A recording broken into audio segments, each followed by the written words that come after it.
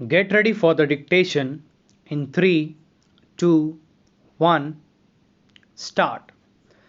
I am happy to be here today with all of you on the occasion of the 12th Annual Convention of the Central Information Commission, marking the 12th anniversary of the enactment of the Right to Information Act. The country and all the political parties should think over the need to have simultaneous elections so that the attention can be focused on the development of the nation.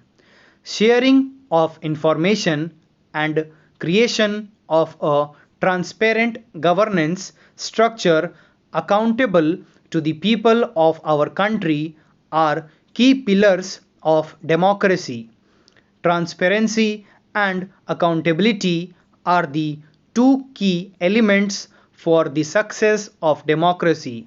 We need to convert Swarajya into Surajya, and the fruits of the development should reach everyone. Information can be empowering if it is authentic.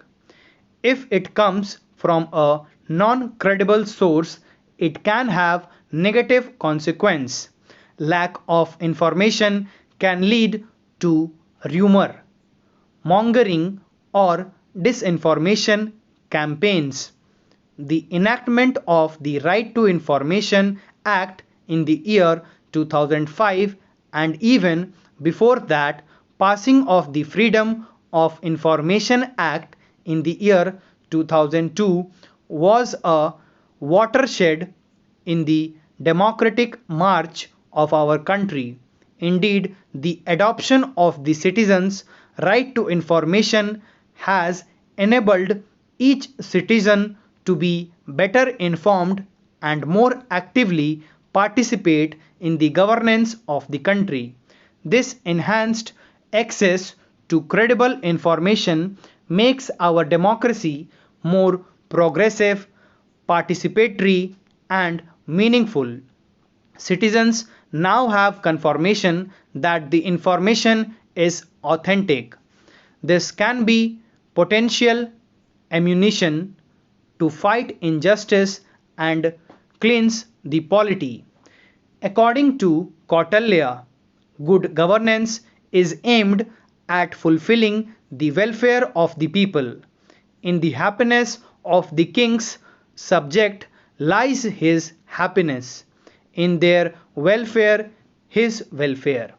From this thought springs the idea that people are necessary participants in creation of systems for governance. Kautilya's Astastra talks of a free flow of communication between the king and his subjects. One of the 9 types of royal edicts is response, a reply prepared after the king has read and discussed a communication received. However, a law giving individuals the right to access information held by public bodies did not come in a formal shape till 1766, when Sweden became the first country in the world to adopt such a law. This was followed after nearly 2 centuries by Finland, which adopted such a law in 1951. By 1955, there were only 19 countries with an RTI law. However, the increased acceptance of democratic processes the world over has led to a much faster rate of adoption of right to information. It is significant to note that even those countries which are not formally democratic in structure have come up with some form of right to information. For a nation which has adopted democracy as a political system, the right to information is even more of an imperative. The United Nations Universal Declaration of Human Rights recognizes right to information as a human right.